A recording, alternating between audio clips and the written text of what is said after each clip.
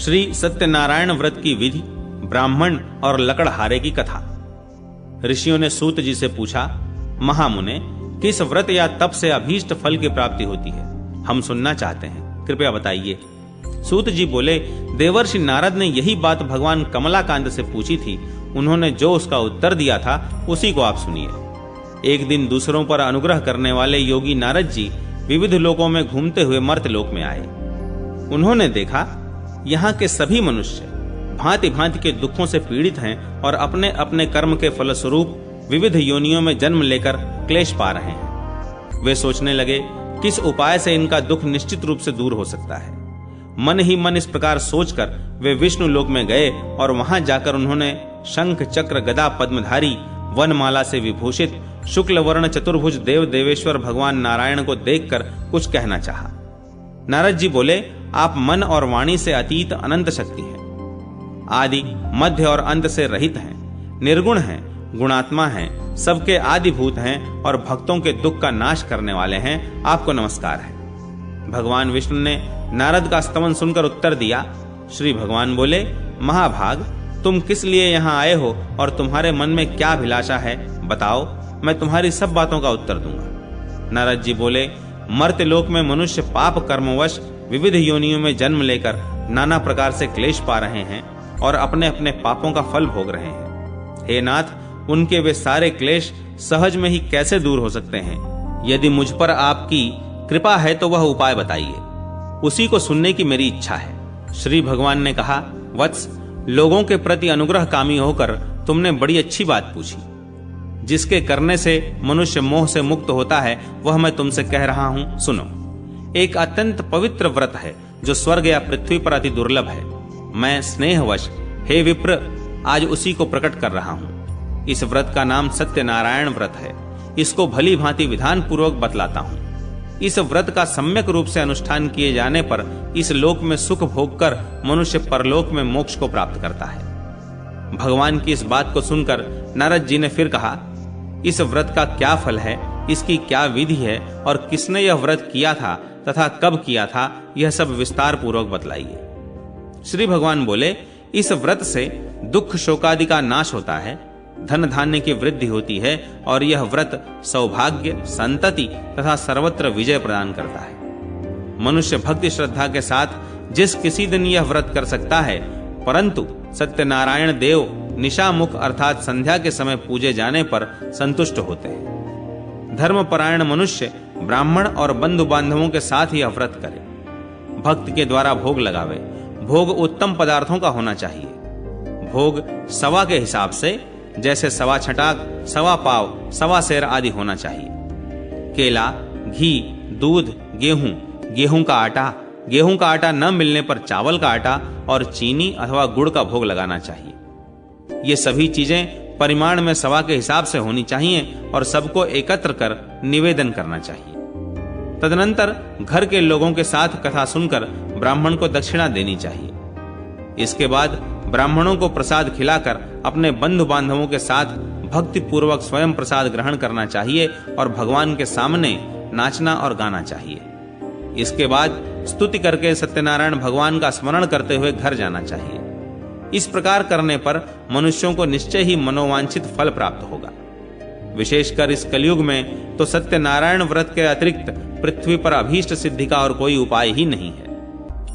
पूर्व काल में एक ब्राह्मण इस व्रत को करके कृतकृत्य हो गए थे। अब उनकी कथा कहता हूं। काशीपुर ग्राम में एक निर्धन ब्राह्मण रहते थे। वे भूख प्यास से व्याकुल होकर सदा पृथ्वी पर भटका करते। ब्राह्मण को दुखी देखकर ब्राह्मण प्रिय भगवान वृद्ध ब्राह्मण का रूप बनाकर उनके पास आए और उन्होंने आदर के साथ पूछा, ब्राह्मण देवता, आप किस लिए अत्यंत दुखित होकर सारी पृथ्वी पर भटक रहे हैं? यदि आपकी अभिरुचि हो तो सारी बात मुझसे कहिए, मैं सुनना चाहता हूं। ब्राह्मण ने कहा, मैं बड़ा गरीब हूं और भीख मांगने के लिए ही इस प्रकार भटकता रहता हूं। आप कोई उपाय जानते हो तो हे प्रभु कृपा पूर्वक मुझे बताइए।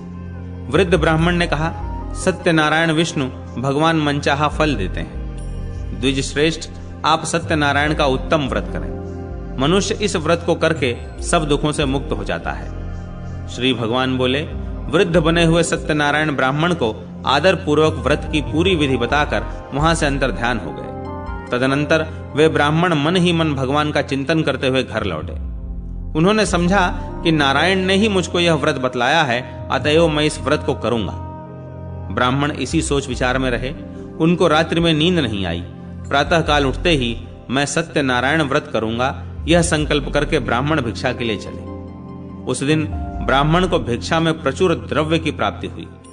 उसके द्वारा उन्होंने बंधु बांधवों के साथ सत्यनारायण का व्रत किया और उस व्रत के प्रभाव से वे श्रेष्ठ ब्राह्मण समस्त दुखों से छूटकर संपूर्ण संपत्ति से संपन्न हो गए। तब से वे प्रतिमास सत्यनारायण व्रत करने लगे। श्री भगवान ने कहा, वे उत्तम ब्राह्मण वृद्ध रूपधारी नारायण के द्वारा व्रत को जानकर सारे पापों से मुक्त हो गए और उन्होंने दुर्लभ मोक्ष की प्राप्ति की। नारद, जिस समय इस व्रत का पृथ्वी में प्रचार होगा, उसी समय मनुष्यों के समस्त दुख नष्ट हो जाएंगे। सूत जी बोले, ब्राह्मणों, नारायण ने महात्मा नारद को जैसा कहा था, ठीक वैसा ही मैंने आप लोगों से कह दिया। अब और क्या कहूं? ऋषियों ने पूछा, इसके बाद पृथ्वी पर इस व्रत का अनुष्ठान किस मनुष्य ने किया था? हे मुने, यह हम सब सुनना चाहते हैं। इस विषय में हमारे मन में बड़ी श्रद्धा उत्पन्न हो गई है। सूत जी बोले, मुनियों, उसके बाद पृथ्वी पर किसने यह व्रत किया था, सो सुनो। एक दिन वे श्रेष्ठ ब्राह्मण अपने बंधु बांधवों के साथ अपने वैभव के अनुरूप व्रत कर रहे थे। इसी समय वहां एक लकड़हारा आया। लकड़हारे ने लकड़ी बाहर रख दी और वह ब्राह्मण के घर के अंदर चला गया। उस समय वह प्यास से पीड़ित था। उन ब्राह्मण को कार्य में लगे देखकर प्रणाम करके उसने पूछा, महाराज, आप यह क्या कर रहे हैं? ब्राह्मण ने कहा, यह सत्यनारायण व्रत है। यह व्रत दुख दारिद्र्य का नाश करता है, सब प्रकार की इच्छित वस्तुओं को देता है और पुत्र पौत्रादि की वृद्धि करता है। इस व्रत के प्रभाव से ही धन धान्यादि महान समृद्धि से मेरा घर भर गया है।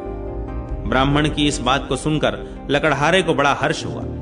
वह जल पीकर और प्रसाद लेकर स्थिर मन से सत्यनारायण देव का चिंतन करता हुआ नगर में गया। उसने मन ही मन कहा कि आज लकड़ियों के बेचने पर जो कुछ मिलेगा, उसी के द्वारा मैं सत्यदेव का उत्तम व्रत करूंगा। इस प्रकार मन में विचार कर वह लकड़ियों के बोझे को सिर पर उठा नगर में धनियों के रमणीय स्थान में पहुंचा। आज लकड़हारे को लकड़ियों का दूना मूल्य मिला। उसका हृदय प्रसन्न हो गया। वह पके हुए केले, चीनी, घी, दूध और गेहूं का आटा सब वस्तुएं सवाए हिसाब से लेकर घर पहुंचा। तदनंतर बंधु बांधवों को निमंत्रण देकर उसने विधि पूर्वक व्रत किया। उस व्रत के प्रभाव से वह लकड़हारा धन और पुत्र से संपन्न हो गया तथा इहलोक में सुख भोग कर अंत में सत्यनारायण व्रत की महिमा, राजा उल्कामुख, साधु वणिक और राजा वंशध्वज की कथा। सूत जी ने कहा, एक घटना और कहता हूं, सुनो। पूर्व काल में उल्कामुख नामक एक जितेंद्रिय, सत्यवादी, प्रबल पराक्रमी राजा थे। वे बुद्धिमान राजा प्रतिदिन भगवान के मंदिर में जाते और धन देकर ब्राह्मणों को संतुष्ट करते। उनकी पत्नी का नाम था भद्रशीला। वह सरोज वदना, प्रमुग्धा और पति परायणा सती थी। राजा रानी के साथ समुद्र के तीर पर जाकर सत्यनारायण का व्रत किया करते थे। एक दिन जब राजा व्रत कर रहे थे, एक साधु नामक वणिक वहां आया। वह व्यापार के लिए नाना प्रकार के रत्नादि पदार्थों को नौका में भर कर लाया था। वणिक समुद्र के किनारे नाव को खड़ी करके तट के ऊपर आया और व्रत करते हुए राजा को देखकर उसने विनय पूर्वक पूछा। साधु ने कहा, राजन, भक्ति युक्त चित्त से आप यह क्या अनुष्ठान कर रहे हैं? इस समय मेरी इसे जानने की इच्छा है, अतएव आप समझा कर कहें। राजा बोले, साधो, मैं अपने बंधु बांधवों के साथ अतुलनीय तेज युक्त भगवान विष्णु की पूजा कर रहा हूं। मेरा यह व्रत पुत्रादि की प्राप्ति के लिए है।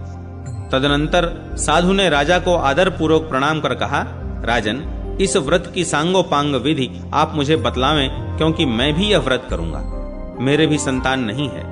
इस व्रत से मुझे निश्चय ही संतान की प्राप्ति होगी। इतना कहकर वणिक ने उन राजा से व्रत की विधि अच्छी तरह पूछकर वहां से प्रस्थान किया और अपने वाणिज्य का काम पूरा करके वह आनंद के साथ घर लौट आया। कुछ ही दिनों के बाद उसकी पतिव्रता पत्नी गर्भवती हुई और समय पर उसने एक अति सुंदरी कन्या को जन्म दिया। कन्या शुक्ल पक्ष के चंद्रमा की भांति दिनों दिन बढ़ने लगी। वणिक ने उसका जात कर्मादि संस्कार करवाकर उसका नाम रखा कलावती। तदनंतर वणिक पत्नी लीलावती ने मधुर वचनों में पति से कहा, स्वामी, आपने जो पूर्व में सत्यनारायण व्रत करने की प्रतिज्ञा की थी उसे अब पूरी क्यों नहीं कर रहे हैं? साधु ने उत्तर दिया, प्रिय, मैं कलावती के विवाह के समय सत्यनारायण का व्रत करूंगा। पत्नी को इस प्रकार आश्वासन देकर साधु वणिक समुद्र के तट की ओर चला गया। इधर पिता के घर में कलावती बढ़ने लगी। इसके बाद धर्म के जानने वाले पिता ने जब अपनी पुत्री को विवाह के योग्य देखा, तब अपने बंधु बांधवों से परामर्श करके साधु ने वर ढूंढने के लिए दूत को भेजा। दूत साधु का आदेश पाकर कांचन नगर गया और वहां कलावती के योग्य एक उत्तम वर की खोज करके वहां से उस वणिक पुत्र को साथ लेकर लौट आया। साधु वणिक उस सुंदर और सद्गुणी वणिक कुमार को देखकर बड़ा प्रसन्न हुआ और अपने जाति बंधुओं के साथ मिलकर प्रसन्नता पूर्वक यथाविधि अपनी कन्या को उसके अर्पण कर दिया। दुर्भाग्यवश कलावती के विवाह के समय भी वणिक उस उत्तम व्रत की बात भूल गया। इससे भगवान उस पर रुष्ट हो गए। कुछ दिनों के बाद वह व्यापार में निपुण वणिक अपने श्रीमान जामाता को साथ लेकर व्यापार के लिए बाहर गया और राजा चंद्रकेतु के राज्य में समुद्र के समीप रमणीय रत्नसार नगर में जा पहुंचा। वहां एक पुरी बनाकर वह अपना व्यापार करने लगा। उसी समय प्रभु सत्यनारायण ने साधु को मिथ्यावादी जानकर उसे शाप देते हुए कहा, आज से कुछ ही दिनों में यहीं तुम दुख को प्राप्त होगे। इधर उसी दिन एक चोर ने राजमहल में धन चुराया। चोर धन को लेकर साधु के मकान के बगल के रास्ते से जा रहा था। उसने घूमकर पीछे की ओर देखा, राजा के दूत उसके पीछे पीछे दौड़े आ रहे थे। वह डर गया और चुराए हुए धन को वहीं छोड़कर जल्दी से भाग निकला। दूतों ने आकर देखा, साधु वणिक के घर के पास राजा का धन पड़ा है।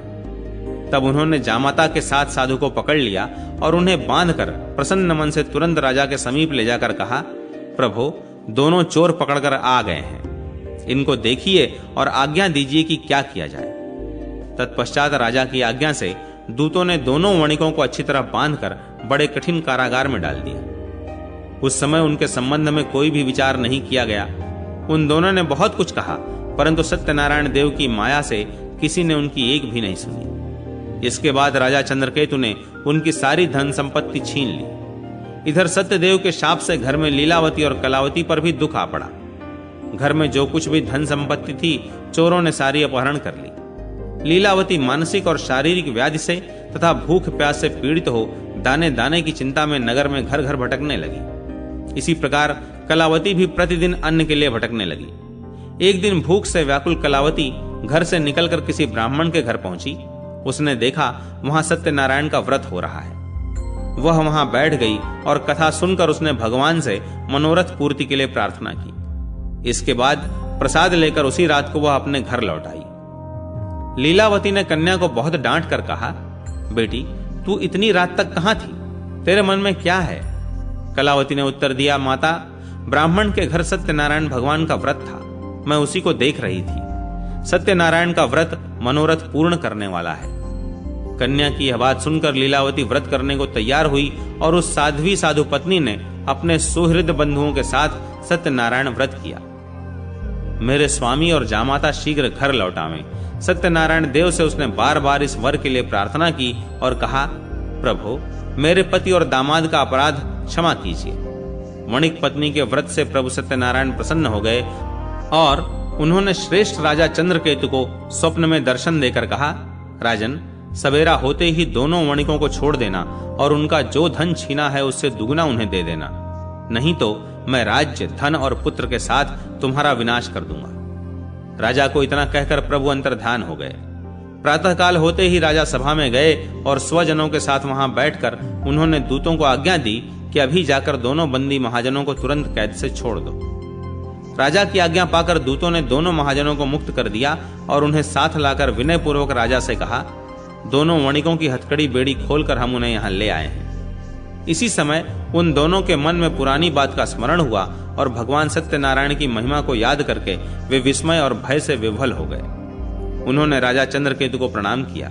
राजा ने भी उनको देखकर आदर पूर्वक कहा, दैवात, तुम्हें यह महान कष्ट भोगना पड़ा। अब तुम्हें कोई भय नहीं है, तुम मुक्त हो, जाओ क्षौर करा लो। तदनंतर श्रीमान राजा चंद्रकेतु ने सोने और रत्नों से बने हुए गहनों के द्वारा दोनों वणिकों को अलंकृत किया। बड़ी मीठी वाणी से उनको अति सुख पहुंचाया और छीने हुए धन से दूना धन देकर उनसे कहा, साधो, अपने घर जाओ। साधु ने राजा को प्रणाम करके कहा, आपकी कृपा से ही मैं घर जाने में समर्थ हो सका हूं। उस समय साधु ने मंगलाचार करते हुए यात्रा की, ब्राह्मणों को धन का दान किया और अपने नगर की ओर दोनों चले। कुछ ही दूर आगे बढ़ने पर प्रभु सत्यनारायण ने दंडी के वेश में आकर उनसे पूछा, बताओ तो तुम्हारी नाव में क्या है? तब महाजन ने प्रमत्त से होकर बड़ी अवहेलना के साथ हंसी उड़ाते हुए कहा, दंडी, क्यों पूछ रहे हो? तुम्हें रुपए चाहिए क्या? मेरी नाव में तो लता पत्र भरे हैं। दंडी के वेश में आए हुए सत्यनारायण भगवान ने साधु के निष्ठुर वचन सुनकर कहा, तुम्हारे वचन सत्य हों। और यह कहकर वे तुरंत वहां से चल दिए। दंडी के कुछ दूर चले जाने पर साधु भी समुद्र के किनारे पहुंचा और नित्य क्रियादि करके नाव पर गया तो देखा नाव में लता पत्र भरे पड़े हैं। यह देखकर उसे बड़ा विस्मय हुआ और वह मूर्छित होकर पृथ्वी पर गिर पड़ा। थोड़ी देर के बाद चेत होने पर वह बड़ी चिंता में डूब गया। श्वशुर की यह दशा देखकर जामाता ने उससे कहा, आप किस लिए शोक कर रहे हैं? यह सब दंडी के शाप का फल है।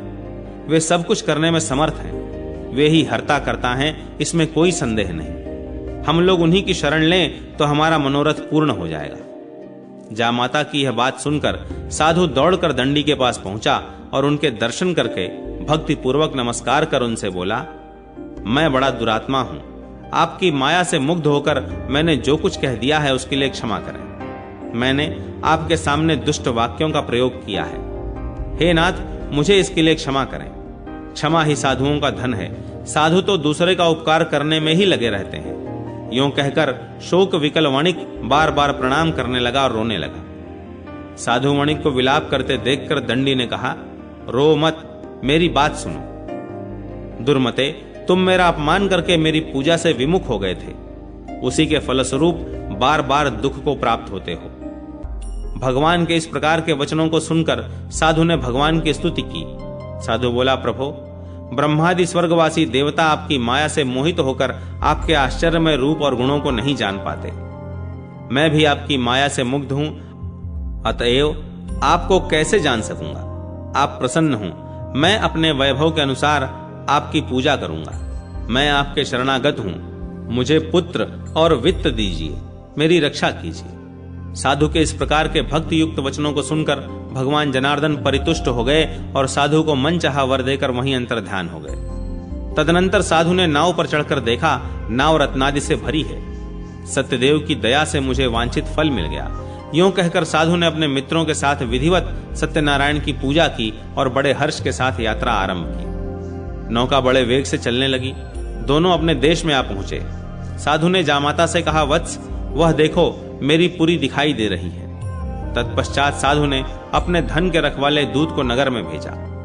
दूत ने साधु की पत्नी लीलावती के समीप जाकर हाथ जोड़कर प्रणाम करते हुए कहा, आपके पतिदेव नाना प्रकार के धन रत्नों के साथ अपने जामाता और सुहृद मित्रों से घिरे हुए आ रहे हैं। साध्वी वणिक पत्नी दूत के मुख से स्वामी और जामाता के आने का समाचार सुनकर बड़ी हर्षित हुई और सत्यदेव की पूजा करके उसने अपनी लड़की से कहा, मैं पति की अगवानी के लिए जाऊंगी, तुम भी तुरंत मेरे साथ चलो। माता की बात सुनकर कलावती ने सत्यनारायण का व्रत किया, परंतु प्रसाद लिए बिना ही वह पति के सामने चल पड़ी। इससे सत्यनारायण देव रुष्ट हो गए।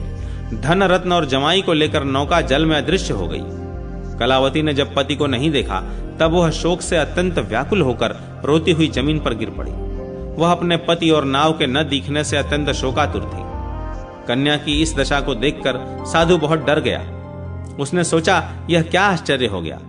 नाव खेने वाले भी बड़ी चिंता करने लगे। यह सब देखकर पतिव्रता लीलावती अत्यंत दुख से विह्वल होकर विलाप करती हुई स्वामी से बोली, मैंने अभी अभी जमाई को देखा था। क्षण मात्र में ही नौका के साथ जामाता अदृश्य हो गए। अब वे कहीं नहीं दिख रहे हैं। पता नहीं किस देवता ने उन्हें इस प्रकार हरण कर लिया। आप क्या भगवान सत्यदेव के प्रभाव को नहीं जानते?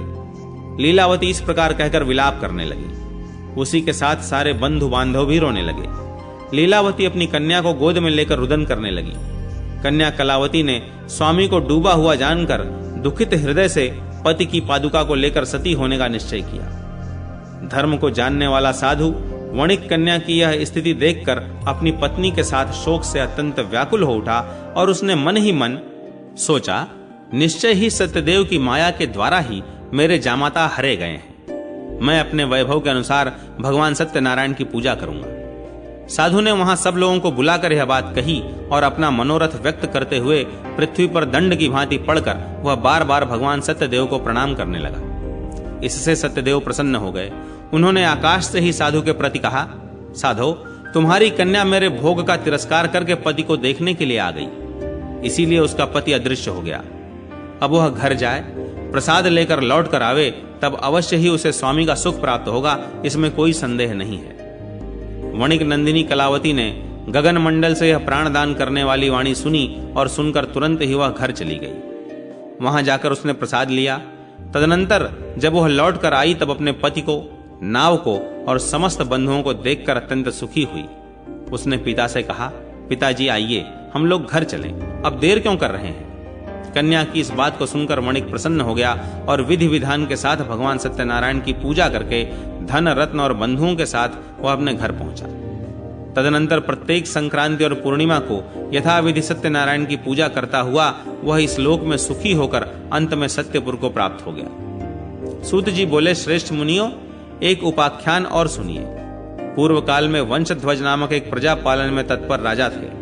उन्होंने सत्यदेव के प्रसाद का परित्याग किया था, इसीलिए वे दुख को प्राप्त हुए। एक दिन राजा ने वन में जाकर विविध प्रकार के मृगों का शिकार किया। फिर जब विश्राम के लिए वे बरगद के वृक्ष के नीचे आए तब उन्होंने देखा ग्वाले लोग बड़े संतुष्ट मन से मित्रों को साथ लेकर भक्ति पूर्वक सत्यनारायण देव की पूजा कर रहे हैं। राजा ने सत्यनारायण की पूजा होती देखी, पर घमंड के कारण न तो वे वहां गए और न प्रणाम ही किया। ग्वाले राजा के पास प्रसाद रखाए और पूजा की जगह आकर प्रसाद लेकर अपने घरों की ओर चले गए। राजा ने प्रसाद नहीं लिया, इसीलिए वे बड़े दुख में पड़े। उनके 100 पुत्र मर गए, धन धान्यादि समस्त संपत्ति नष्ट हो गई। तब उन्होंने सोचा, सत्यदेव ने ही मेरा सब कुछ नष्ट कर दिया है, इसलिए जिस स्थान पर ग्वाले पूजा कर रहे थे मैं वहां जाऊंगा। राजा ने मन ही मन ऐसा निश्चय किया और ग्वालों के पास जाकर उनके साथ भक्ति श्रद्धा पूर्वक यथाविधि सत्यदेव की पूजा की। तब सत्यदेव की कृपा से वे धन पुत्रादि से संपन्न हो गए और इस लोक में सुख भोग कर अंत में विष्णुपुर में जा पहुंचे। जो मनुष्य इस परम दुर्लभ सत्यनारायण व्रत का आचरण करता है, भक्ति मुक्ति दायिनी इस पवित्र कथा का श्रवण करता है, वह भगवान सत्यदेव के प्रसाद से धन धान्यादि समृद्धि को प्राप्त होता है। इससे दरिद्र धन पाता है, बंदी बंधन से छूटता है, भयभीत भय से छुटकारा पाता है और मनुष्य इस लोक में मनोवांछित फल को पाकर अंत में सत्यपुर में गमन करता है। यह सत्य है, इसमें संदेह नहीं। सूत जी कहते हैं, ब्राह्मणों, आप लोगों को मैंने श्री सत्यनारायण व्रत सुनाया है। इस व्रत का आचरण करके मनुष्य सारे दुखों से छूट जाता है। विशेषतः कलिकाल में सत्य पूजा महान फल देने वाली है। इन देव को कोई सत्यनारायण कहते हैं और कोई कोई सत्यदेव कहते हैं। ये नाना रूप धारण करके सबके मनोरथ को प्रदान करते हैं। ये सनातन सत्यदेव कलयुग में सत्यव्रत के रूप में अवतीर्ण होंगे। श्रेष्ठ मुनियों, जो मनुष्य नित्य इसका पठन या श्रवण करता है, सत्यदेव के प्रसाद से उसके सारे पाप नष्ट हो जाते हैं। रेवाखंड संपूर्ण। आवंत श्री सच्चिदानंद घन स्वरूपिणे कृष्णाय चानंद सुखाभिवशने विश्वोद्भव स्थान निरोध हेतवे नुमो वयम भक्ति रसाप्तये निशम। हरश्चैवार्थ देहेन विष्णुरर्धेन चाभवत् एकतो विष्णु चिन्हानि हरि चिन्हानि चैकतः। एकतो वैनतेयश्च वृषभश्चान्यतो भवत् वामतो मेघवर्णाभो देहोष्मनि चयोपमः। कर्पूर गौरौ सव्येतु समजायत वै तदा द्वयोरैक्य समम विश्वम विश्वमैक्यम वर्तता। भगवान आधे देह से शिव और आधे देह से विष्णु हो गए। एक ओर भगवान विष्णु के चिन्ह हैं तो दूसरी ओर भगवान शिव के। एक ओर वाहन गरुण हैं तो दूसरी ओर वृषभ उपस्थित है। बाईं ओर का शरीर मेघ के सदृश तथा नीलमणि के पुंज के समान श्याम वर्ण है तो दूसरी ओर कपूर के समान गौर वर्ण। यूं दोनों में एकता है। इसी प्रकार समस्त विश्व में एक ही भगवान व्याप्त है। सुखी और कृतार्थ कौन है? श्री विश्वामित्र जी कहते हैं, कामम कामयमानस्य यदि कामः स सिद्ध्यति तथान्यो जायते पुंस तत्व तक्षणादेव कल्पितः न जातु कामी कामानाम सहस्रैरपि तुष्यति हविषा कृष्णवत्मेव वाञ्छा तस्य विविर्धते। कामान भिलष्मोहान् नरः सुखमाप्नुयात् श्रेय नालय तरुच्छायां व्रजन्निव कपिञ्जलः। नित्यं सागर पर्यन्तां यो भुङ्गक्ते पृथ्वी मिमां तुलस्याम कांचनश्चैव स कृतार्थो महीपते। भोगकामी मनुष्य की यदि एक कामना सिद्ध हो जाती है तो उसी क्षण उसके हृदय में दूसरी कामना उत्पन्न हो जाती है। सहस्त्रों कामनाओं के सिद्ध होने पर भी वह संतुष्ट नहीं हो सकता। घी डालने से जैसे अग्नि बढ़ जाती है, वैसे ही उसकी कामना भी उत्तरोत्तर बढ़ती ही जाती है। जिस वृक्ष पर बाज रहता है, उस वृक्ष की छाया में जैसे कबूतर सुख से नहीं रह सकता, वैसे ही भोगकामी मनुष्य मोहवश कभी सुख प्राप्त नहीं कर सकता। जिसकी पत्थर और सोने में सम बुद्धि है, वह समुद्र पर्यंत समस्त पृथ्वी के अधिपति से भी कृतार्थ है। नागरखंड। राजा त्रिशंकु का वशिष्ठ पुत्रों के शाप से चांडाल होकर विश्वामित्र मुनि की शरण में जाना, तीर्थ सेवन से राजा का उद्धार और विश्वामित्र जी के द्वारा उनसे यज्ञ कराने का उद्योग। स धूर्जटि जटाजूटो जायताम विजयाय वह यन्नय कपलित भ्रांति करोत्यापि जाह्नवी। सूत जी बोले, पूर्व काल में त्रिशंकु नाम से प्रसिद्ध एक सूर्यवंशी राजा थे। वे महर्षि वशिष्ठ के शिष्य थे और सदा यज्ञ याग आदि किया करते थे। उन्होंने प्रजा का पुत्र की भांति पालन किया था। एक दिन राजसभा में बैठे हुए मुनिवर वशिष्ठ जी से राजा ने विनय पूर्वक कहा, भगवान, अब मैं ऐसे यज्ञ के द्वारा भगवान की आराधना करना चाहता हूं जिससे इस शरीर के साथ ही स्वर्गलोक में शीघ्र जाना संभव हो सके। वशिष्ठ जी ने कहा, राजन, ऐसा कोई यज्ञ नहीं है जिसके द्वारा इसी शरीर से मनुष्य स्वर्ग में जा सके। स्वयंभू ब्रह्मा जी ने जिन अग्निष्टोम आदि यज्ञों का प्रतिपादन किया है, उनके करने पर भी दूसरे ही शरीर से स्वर्ग की प्राप्ति होती है। त्रिशंकु बोले, प्रभु, यदि इसी शरीर से स्वर्ग की प्राप्ति कराने वाला यज्ञ आप मुझसे नहीं करा सकते, तो मैं किसी दूसरे ब्राह्मण को आचार्य बनाकर उस यज्ञ का अनुष्ठान करूंगा। सूत जी कहते हैं, त्रिशंकु का यह वचन सुनकर महर्षि वशिष्ठ ने हंसते हुए कहा, पृथ्वीनाथ, आज ही वैसा यज्ञ कीजिए। तब राजा वशिष्ठ मुनि को प्रणाम करके उस स्थान पर गए जहां उनके 100 पुत्र रहते थे। उनके सामने भी राजा ने अपना वही प्रयोजन रखा। तब उन्होंने भी वही उत्तर दिया जो वशिष्ठ जी ने कहा था। यह सुनकर राजा ने पुनः उनसे कहा, गुरुपुत्रों, आपके पिताजी इस समय मुझे सशरीर स्वर्ग भेजने में असमर्थ हो गए हैं, अतः मैंने उनको छोड़ दिया है। अब मेरे पुरोहित वे नहीं रहे। यदि आप लोग भी मुझसे वैसा यज्ञ नहीं करवाएंगे तो आपको भी छोड़कर मैं शीघ्र दूसरे पुरोहित का वरण करूंगा। यह सुनकर वे सभी गुरुपुत्र कुपित हो उठे और कठोर वाणी में बोले, पापी, तूने हितैषी गुरु का त्याग किया है, इसलिए तू सब लोगों के द्वारा निंदित चांडाल हो जा। उनका यह वाक्य पूरा होते ही राजा त्रिशंकु उसी क्षण विकृत एवं विकराल शरीरधारी चांडाल हो गए। अपने को विकृत चांडाल के रूप में देखकर राजा को बड़ी लज्जा हुई। वे बहुत दुखी होकर इधर उधर घूमने लगे। सोचने लगे, क्या करूं, कहां जाऊं, किस प्रकार मुझे शांति मिलेगी। मैं जलती हुई आग में समा जाऊं अथवा विष खा लूं। किस उपाय से आज मेरी मृत्यु हो जाए। ऐसे घृणित शरीर के द्वारा उन स्त्रियों को मैं कैसे देखूंगा जिनके साथ वैसे दिव्य शरीर से क्रीड़ा की है। इस प्रकार शोक करते हुए राजा ने रात्रि के समय अपने नगर में प्रवेश किया तथा राजद्वार पर ठहरकर मंत्रियों सहित पुत्र को बुलाकर शाप संबंधी सब बातें बताईं। दूर खड़े हुए राजा का यह वचन सुनकर वे मंत्री और पुत्र भी शोकमग्न हो रोने लगे। तब राजा ने मंत्रियों से कहा, यदि मेरे प्रति तुम्हारे हृदय में अविचल भक्तिभाव हो तो अब मेरे पुत्र का मंत्रित्व स्वीकार करो। मेरा ज्येष्ठ पुत्र हरिश्चंद्र मुझे बहुत ही प्रिय है, अतः शांत चित्त होकर इसी को मेरे स्थान पर यथासंभव शीघ्र राजा बनाओ। मैं तो अब अपने संकल्प को पूरा करूंगा, या तो इसी प्रयत्न में प्राण दे दूंगा या सदेह स्वर्ग लोक में जाऊंगा। ऐसा कहकर त्रिशंकु वन में चले गए और मंत्रियों ने उनके पुत्र को राज सिंहासन पर बिठा दिया। सूत जी कहते हैं, तदनंतर त्रिशंकु ने यह निश्चय किया कि इस समय त्रिलोकी में विश्वामित्र मुनि को छोड़कर दूसरा कोई ऐसा नहीं है जो मुझे इस भयंकर दुख से बचावे। ऐसा विचार कर उन्होंने कुरुक्षेत्र को प्रस्थान किया। वहां पहुंचकर वे विश्वामित्र का आश्रम ढूंढने लगे। इतने में ही दूर से उन्हें काले धुएं का पुंज दिखाई दिया और जल का स्पर्श करके आती हुई शीतल वायु ने उनकी सारी थकावट दूर कर दी। इससे जलाशय और आश्रम का अनुमान करके वे जल्दी जल्दी चलने लगे। थोड़ी ही देर में नदी के तट पर एक मनोहर आश्रम दृष्टिगोचर हुआ, जो सब ओर से फूले फले वृक्षों द्वारा घिरा हुआ था।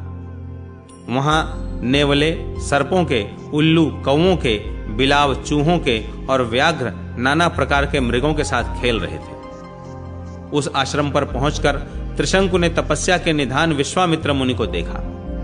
उनका दर्शन करके दूर खड़े हो अपने नाम का परिचय देते हुए उन्होंने मुनि को साष्टांग प्रणाम किया और कहा, विप्रवर, मैं शाप से छूटने के लिए संपूर्ण जगत के मित्र महर्षि विश्वामित्र की शरण में आया हूं। विश्वामित्र जी बोले, निपश्रेष्ठ, तुम तो वशिष्ठ जी के यजमान हो। वशिष्ठ अथवा उनके पुत्रों को ही तुम्हारा यज्ञ कराना चाहिए। फिर उन्होंने तुम्हें शाप क्यों दिया? तुमने उनका क्या अपराध किया था? त्रिशंकु ने कहा, मुने, मैंने वशिष्ठ जी से ऐसा यज्ञ कराने के लिए प्रार्थना की थी जिसके द्वारा मेरा इसी शरीर से स्वर्गलोक में जाना हो सके। मेरी प्रार्थना सुनकर उन्होंने उत्तर दिया, राजन, ऐसा कोई यज्ञ नहीं है जिससे देहांतर ग्रहण किए बिना इसी शरीर से स्वर्गलोक में जाया जा सके।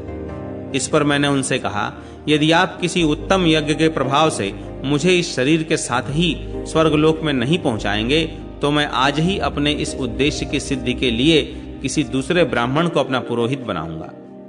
मेरा यह विचार जानकर वे बोले, जिससे तुम्हारा भला हो वह करो। तब मैंने उनके पुत्रों के पास जाकर वशिष्ठ जी के साथ की हुई सारी बातें कह सुनाई। इस पर उन सब ने मुझे शाप देकर चांडाल की दशा में पहुंचा दिया। मुनीश्वर, तब मैंने मन ही मन आपका स्मरण किया और बहुत दूर से बड़ी भारी आशा लगाकर आपके पास यहाँ कुरुक्षेत्र में आया हूं। मुने, आपके लिए त्रिलोकी में कुछ भी असाध्य नहीं है, अतः आप मुझ दुखिया के दुख निवारण का कोई उपाय करें।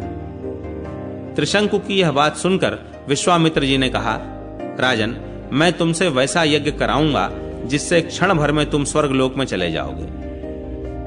आओ मेरे साथ तीर्थ यात्रा के लिए चलो, जिससे चांडालता से मुक्त होकर यज्ञ करने के योग्य हो जाओ। यूं कहकर विश्वामित्र जी त्रिशंकु को अपने पीछे पीछे आने का आदेश दे तीर्थ यात्रा के लिए चल दिए। उन महात्मा के साथ तीर्थों में विचरते हुए त्रिशंकु का बहुत समय बीत गया, किंतु वे पाप और चांडालत्व से छुटकारा न पा सके। क्रमशः यात्रा करते हुए वे दोनों अर्बुदाचल के समीप आए। उस पर्वत पर चढ़कर उन्होंने पाप नाशक अचलेश्वर का दर्शन किया। मंदिर से निकलने पर वहीं मुनिश्रेष्ठ मार्कंडेय जी से भेंट हो गई। विश्वामित्र जी को देखकर मार्कंडेय जी ने पूछा, मुनीश्वर, आप इस समय कहां से आ रहे हैं और आपके पीछे यह कौन दिखाई देता है? विश्वामित्र जी बोले, मुने, ये राजाओं में श्रेष्ठ त्रिशंकु है। वशिष्ठ के पुत्रों ने क्रोध करके इन्हें चांडाल की दशा को पहुंचा दिया है। मैंने इनसे प्रतिज्ञा की है कि जब तक तुम पवित्र नहीं हो जाओगे तब तक मैं तुम्हारे साथ सब तीर्थों में भ्रमण करूंगा। मैंने पृथ्वी के सभी तीर्थों और मंदिरों में भ्रमण कर लिया, परंतु ये अभी तक पवित्र न हो सके। अतः अब मैं इस पृथ्वी को त्याग कर कहीं अन्यत्र चला जाऊंगा। मार्कंडेय जी ने कहा, मुने, यदि ऐसा है तो आप इस पृथ्वी को त्याग कर कहीं न जाइए। इस पर्वत से नैऋत्य कोण में आनर्त देश के भीतर एक स्थान है जहां श्रेष्ठ देवताओं ने पहले सुवर्णमय शिवलिंग की स्थापना की थी। पाताल में जो हाटकेश्वर लिंग प्रसिद्ध है, उसी के नाम पर इस शिवलिंग को भी लोक में हाटकेश्वर कहते हैं। द्विज श्रेष्ठ, वहीं पाताल गंगा का जल है जो रसातल से प्रकट हुआ है।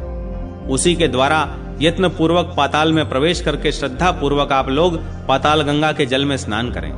तत्पश्चात ये त्रिशंकु हाटकेश्वर का दर्शन करके चांडालत्व से मुक्त एवं शुद्ध हो जाएंगे। मार्कंडेय जी का यह वचन सुनकर विश्वामित्र मुनि त्रिशंकु को साथ लेकर वहां गए और पाताल में प्रवेश करके राजा को पाताल गंगा के जल में नहलाया। स्नान के पश्चात हाटकेश्वर का दर्शन करके वे चांडालत्व से मुक्त होकर सूर्य के समान तेजस्वी हो गए। निष्पाप होकर त्रिशंकु ने मुनिवर विश्वामित्र को प्रणाम किया। मुनि बोले, राजेंद्र, सौभाग्य की बात है जो तुम इस समय चांडालत्व से छुटकारा पा गए। मित्र, तुम्हारे लिए मैं स्वयं ब्रह्मा जी के पास जाकर प्रार्थना करूंगा कि वे तुम्हारे यज्ञ में यज्ञ भाग ग्रहण करें। अतः जब तक मैं ब्रह्मलोक से आता हूं तब तक तुम यज्ञ के सब सामान यहीं मंगाओ। राजा ने बहुत अच्छा कहकर मुनि की आज्ञा स्वीकार की। तब वे ब्रह्मा जी के समीप जाकर उन्हें प्रणाम करके बोले, प्रपितामह, मैं राजा त्रिशंकु के द्वारा इस संकल्प से यज्ञ कराऊंगा कि वे मनुष्य शरीर से ही आपके लोक में जा सकें। अतः आप शिव, विष्णु आदि सब देवताओं के साथ यज्ञ मंडप में पधारें। ब्रह्मा जी ने कहा, ब्राह्मण, देहांतर ग्रहण किए बिना केवल यज्ञ कर्म से स्वर्ग की प्राप्ति नहीं हो सकती। हम सब देवताओं के मुख अग्नि हैं। वेदोक्त विधि से भली भांति आहुति देने पर हम सब लोग यज्ञ में अपना भाग ग्रहण करेंगे। अतः राजा अग्निमुख में ही आहुति दें। फिर उस यज्ञ के प्रसाद से देह त्याग के पश्चात वे अवश्य स्वर्ग प्राप्त करेंगे। विश्वामित्र जी के द्वारा त्रिशंकु का यज्ञ पूरा करके नूतन सृष्टि रचना का उद्योग, त्रिशंकु का ब्रह्मा जी के साथ स्वर्ग गमन। सूत जी कहते हैं, ब्रह्मा जी का वचन सुनकर विश्वामित्र जी बोले, अच्छा, तो आप मेरी तपस्या का बल देखिए। मैं त्रिशंकु से विधिवत दक्षिणायुक्त यज्ञ कराकर उसी के द्वारा उन्हें यहां ले आऊंगा। ऐसा कहकर विश्वामित्र जी पृथ्वी पर लौट गए और महात्मा त्रिशंकु के यज्ञ को संपन्न करने की चेष्टा में संलग्न हो गए। यज्ञ प्रारंभ के लिए योग्य शुभ समय आने पर उसी श्रेष्ठ वन में उन्होंने वेदों के पारंगत ब्राह्मणों को बुलाकर राजा को यज्ञ की दीक्षा दी। उस यज्ञ में वे स्वयं ही अध्वर्य हुए। शांडिल्य मुनि होता के पद पर प्रतिष्ठित हुए। महर्षि गौतम को ब्रह्मा का पद प्राप्त हुआ। मित्रा वरुण कर्म में महर्षि च्यवन आग्निघ्न बनाए गए। याज्ञवल्क्य उद्गाता, जैमिनी प्रतिहर्ता, शंकुकर्ण प्रस्तोता, गालव उन्नेता, पुलस्त जी उच्छंसी तथा मुनीश्वर गर्ग होता हुए। अत्रिनेष्टा तथा भृगु जी अच्छावाक बनाए गए। श्रद्धालु त्रिशंकु ने इन सब को ऋत्विज बनाया और स्वयं बाल कटवा कर मृग चर्म धारण किया। हाथ में हरिण का सींग लिया और दूध पीकर रहने लगे। उपर्युक्त सब महर्षियों को वरण करके उन्हें यज्ञ कर्म में लगाया। इस प्रकार दीर्घ काल तक चालू रहने वाले उस यज्ञ के आरंभ होने पर सब दिशाओं से वेद वेदांगों के पारगामी ब्राह्मण वहां आने लगे। बहुत से दीन, अंध, कृपण गृहस्थ आए। वहां सब और अन्नमय पर्वत खड़े किए गए थे और श्रेष्ठ ब्राह्मणों को दान देने के लिए अनेक प्रकार की असंख्य वस्तुएं संग्रह की गई थी। देवता अग्निमुख से राजा के हविष्य को ग्रहण करते रहे। इस प्रकार यज्ञ करते हुए राजा के 12 वर्ष व्यतीत हो गए, किंतु उन्हें अभीष्ट फल की प्राप्ति नहीं हुई। तत्पश्चात उन्होंने यशांत स्नान किया तथा ऋत्विजों को यथा योग्य दक्षिणाएं देकर तृप्त किया। ब्राह्मणों को विदा करने के पश्चात राजा त्रिशंकु ने वहां आए हुए अन्य संबंधियों और मित्रों को भी विदा किया। तदनंतर वे विश्वामित्र जी से बोले, ब्राह्मण, आपके प्रसाद से मुझे दुर्लभ फल की प्राप्ति हुई। चांडालता भी नष्ट हो गई, परंतु इसी शरीर से स्वर्ग लोक नहीं मिला। केवल यही एक दुख मेरे हृदय में कांटे की तरह चुभ रहा है।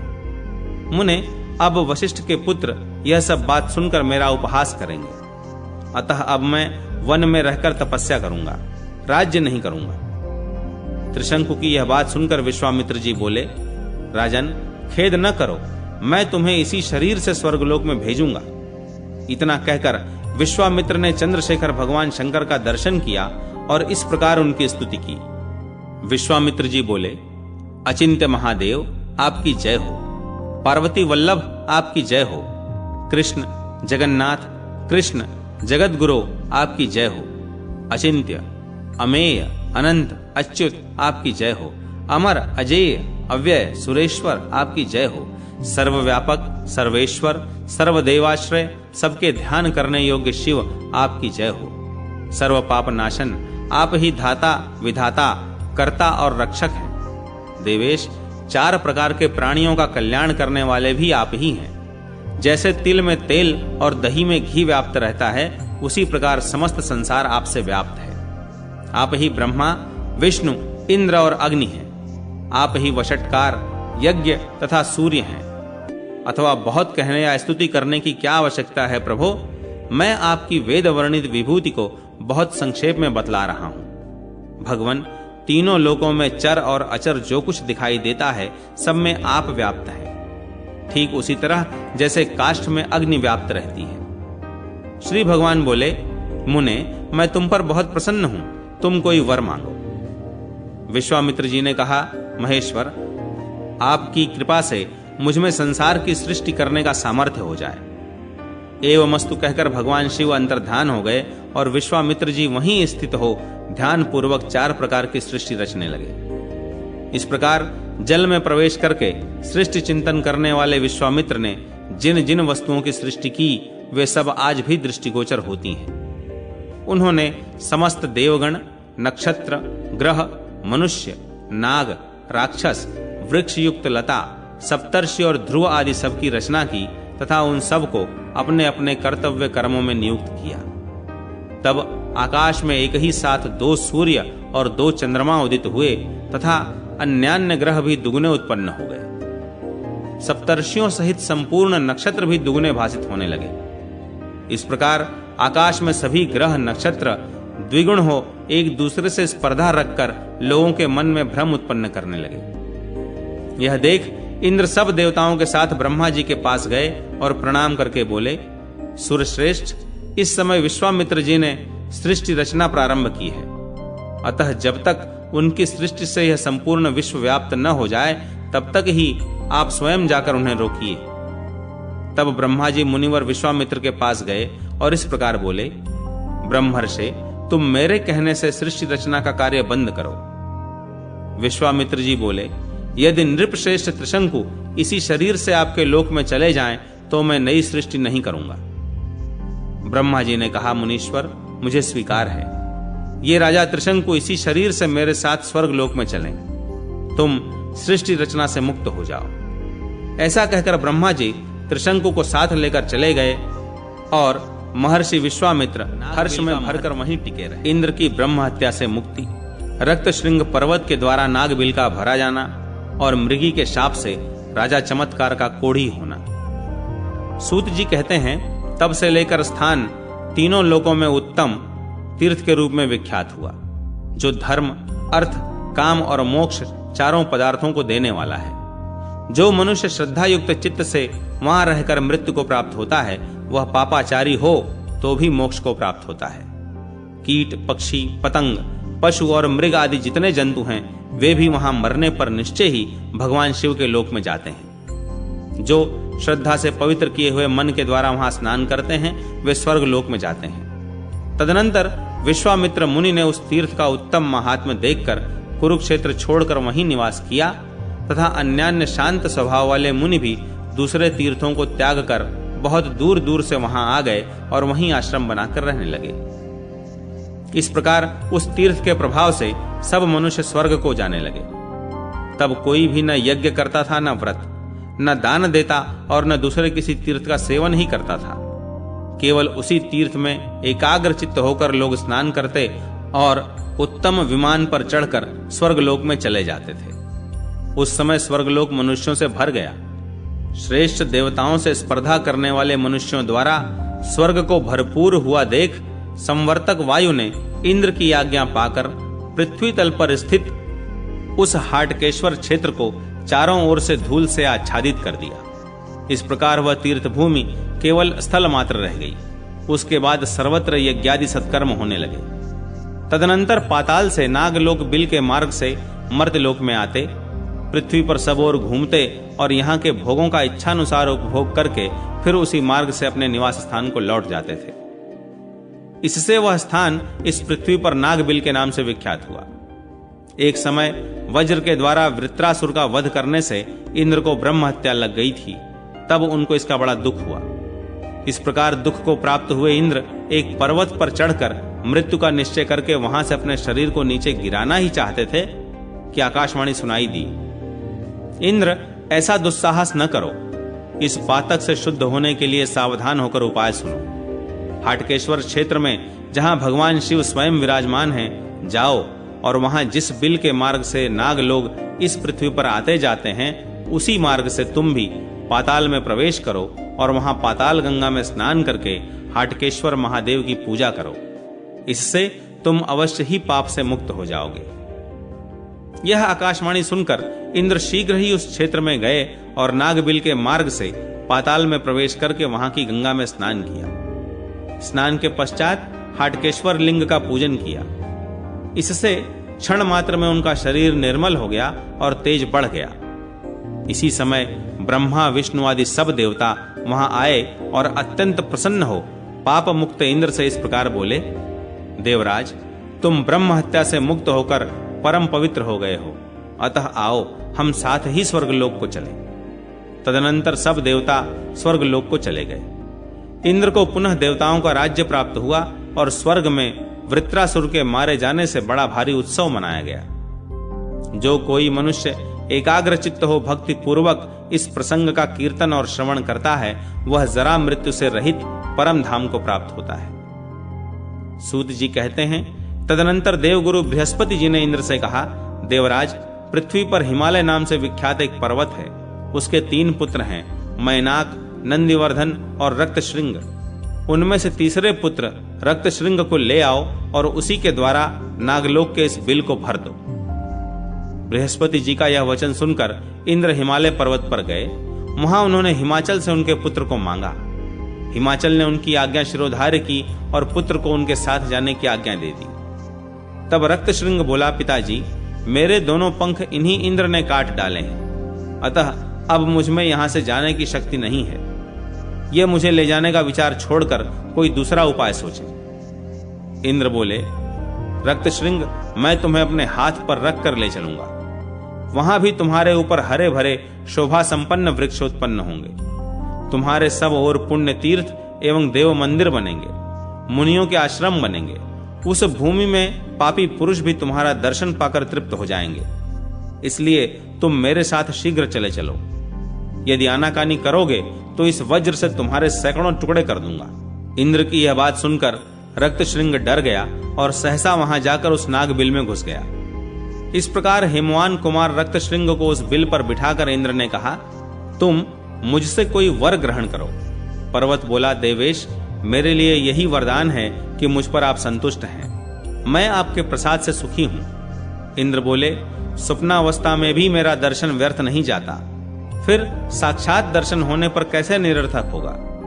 रक्तशृंग ने कहा, देवराज, यदि आप मुझे वर देना ही चाहते हैं तो यही वर दें कि मेरा संपूर्ण ऐश्वर्य सदा ब्राह्मणों के ही काम आए। इंद्र बोले, चमत्कार नाम से विख्यात एक राजा होंगे जो तुम्हारे शिखर पर ब्राह्मणों के रहने के लिए एक नगर स्थापित करेंगे। उस नगर में वेद वेदांगों के पारगामी विद्वान ब्राह्मण प्रसन्नता पूर्वक रहकर तुम्हारे संपूर्ण ऐश्वर्य का उपभोग करेंगे तथा चैत्र कृष्णा चतुर्दशी को मैं स्वयं तुम्हारे शिखर पर आकर हाटकेश्वर नाम से प्रसिद्ध भगवान शिव की पूजा करूंगा। इससे त्रिलोक में तुम्हारे प्रभाव का विस्तार होगा। अच्छा, अब मैं स्वर्ग को जाऊंगा, तुम्हारा कल्याण हो। ऐसा कहकर देवराज इंद्र स्वर्ग में चले आए तथा रक्तशृंग उस नागबिल को ढककर स्थित हुआ। उसके शिखर पर मुख्य मुख्य तीर्थ और मंदिर स्थापित हो गए और मुनियों के भी बहुत से आश्रम बन गए। इसी समय अनर्त देश के राजा चमत्कार वहां वन में दुष्ट मृगों का शिकार खेलने के लिए आए। उन्होंने देखा, कुछ दूर पर एक वृक्ष के नीचे एक मृगी स्थिर होकर खड़ी है और निर्भय होकर अपने बच्चे को दूध पिला रही है। उसे देखकर राजा ने कान तक धनुष को खींचा और उसके मर्म स्थान पर बाण का प्रहार किया। उस बाण से घायल होकर वह मृगी व्यथा से पीड़ित हो चारों ओर देखने लगी। इतने में ही थोड़ी दूर पर धनुष धारण किए राजा को देखकर उसने कहा, राजन, यह तुमने बड़ा अनुचित कार्य किया, जो कि छोटे बच्चे की माता मुझ दीन हरिणी का वध किया। मैं अपनी मृत्यु के लिए उतना शोक नहीं करती जैसा कि इस दूध पीते दीन मृग छोड़ने के लिए मुझे दुख हो रहा है। तुमने बड़ा निर्दय कर्म किया है, इसलिए तुम इसी समय कोढ़ी हो जाओ। राजा बोले, शिकार खेलना तो राजाओं का धर्म है, अतः अपने धर्म में तत्पर हुए मुझ निर्दोष को तुझे शाप नहीं देना चाहिए। मृगी बोली, भूपाल, तुम्हारा कहना ठीक है, परंतु शिकार में भी क्षत्रियों के लिए यह विधान है कि जो सोया हो, मैथुन में आसक्त हो, बच्चे को दूध पिला रहा हो या स्वयं जल पीता हो, ऐसे हिंसक पशु का वध न करे। उसका वध करने पर मनुष्य पाप से लिप्त होता है, इसीलिए मैंने तुझे श्राप दिया है। ऐसा कहकर व्यथा से पीड़ित हुई मृगी ने अपने प्राणों को त्याग दिया और राजा चमत्कार भी कोढ़ी हो गए। अपने शरीर को कोढ़ युक्त देखकर दुखी हुए राजा ने सेवकों को बुलाकर कहा, अब मैं तब तक तपस्या और भगवान शिव की पूजा करूंगा जब तक कि मेरे इस कुष्ठ रोग का सर्वथा नाश न हो जाए।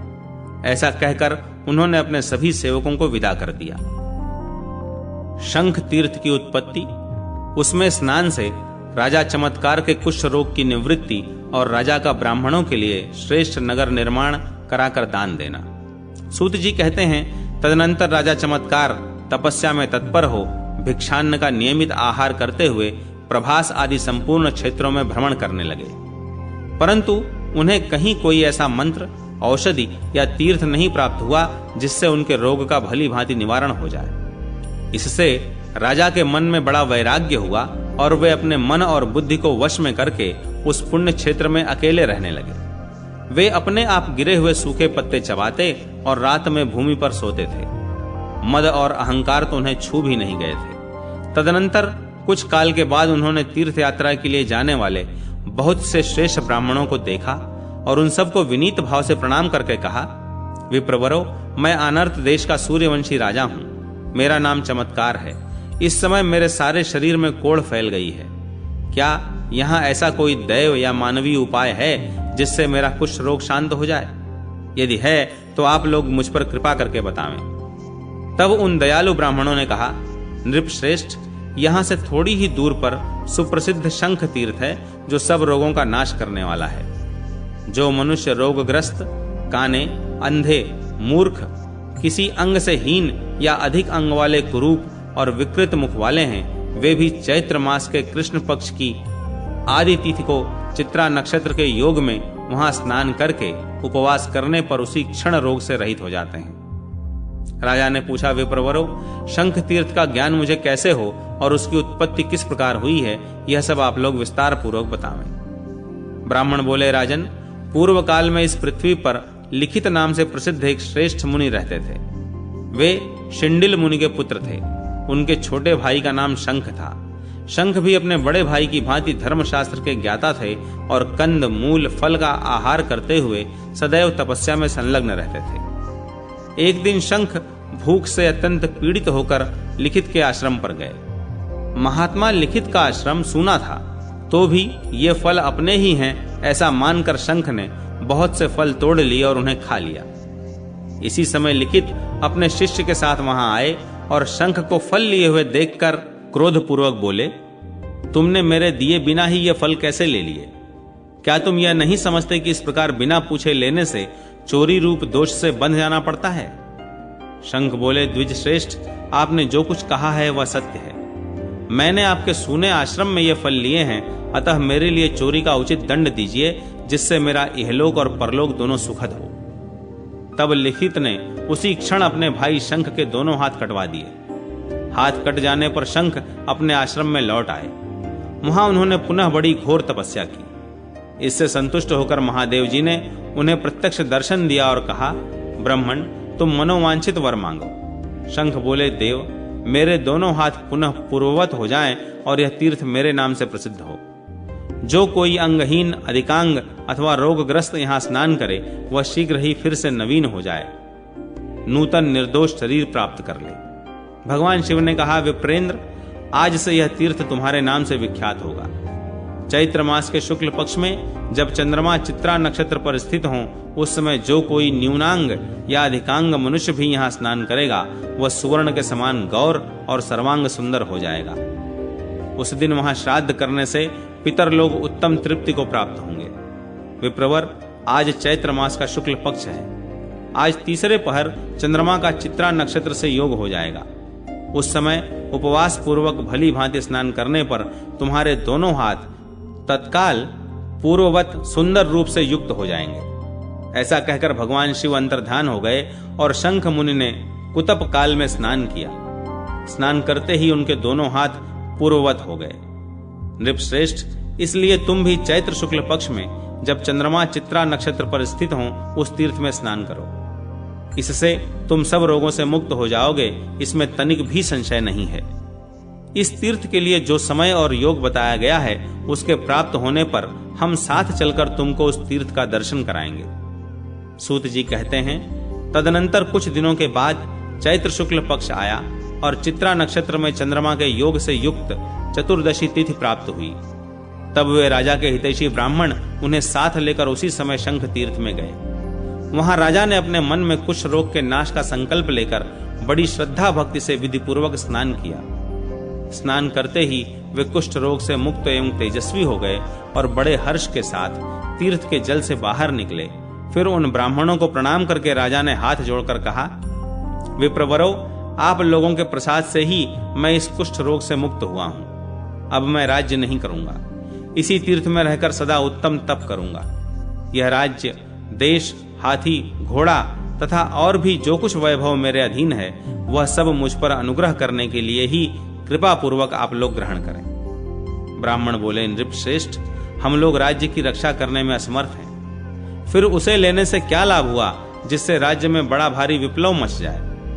पूर्व काल में जमदग्नि नंदन परशुराम ने 21 बार इस पृथ्वी को क्षत्रियों से हीन करके हम ब्राह्मणों को सौंप दिया था, परंतु बलवान क्षत्रियों ने फिर समस्त ब्राह्मणों का तिरस्कार करके अनायास ही बार बार इसे छीन लिया था। राजा ने कहा, विप्रवरो, मैं तपस्या में स्थित होकर भी आप लोगों की रक्षा करता रहूंगा, अतः इस कार्य में आप लोगों को किसी प्रकार का भय नहीं मानना चाहिए। ब्राह्मण बोले, यदि आपके मन में हमें कुछ देने की दृढ़ श्रद्धा है तो इस महापुण्यमय क्षेत्र में एक श्रेष्ठ नगर का निर्माण करा के उसे दे दें। वह श्रेष्ठ नगर 4 दीवारी और खाई से घिरा हुआ हो, जिससे हम वहां सुखपूर्वक रहें और तीर्थ स्नान किया करें। हम सब लोग सदा वेदों के स्वाध्याय में तत्पर और गृहस्थ धर्म का पालन करने वाले हैं, अतः हमें गृह की आवश्यकता है। यह सुनकर राजा ने बहुत अच्छा कहकर उनकी आज्ञा स्वीकार की और उस स्थान में एक बहुत बड़े नगर का निर्माण कराया। नगर के चारों ओर ऊंची ऊंची 4 दीवारी और गहरी खाई तैयार कराई गई। उस मनोहर नगर की लंबाई और चौड़ाई 1 कोस की थी। इस प्रकार उत्तम नगर का निर्माण हो जाने पर उन राजा ने ब्राह्मणों के पैर धोए और जो जैसी जैसी योग्यता वाले थे उन्हें वैसे ही गृह शास्त्रोक्त विधि से दान किए।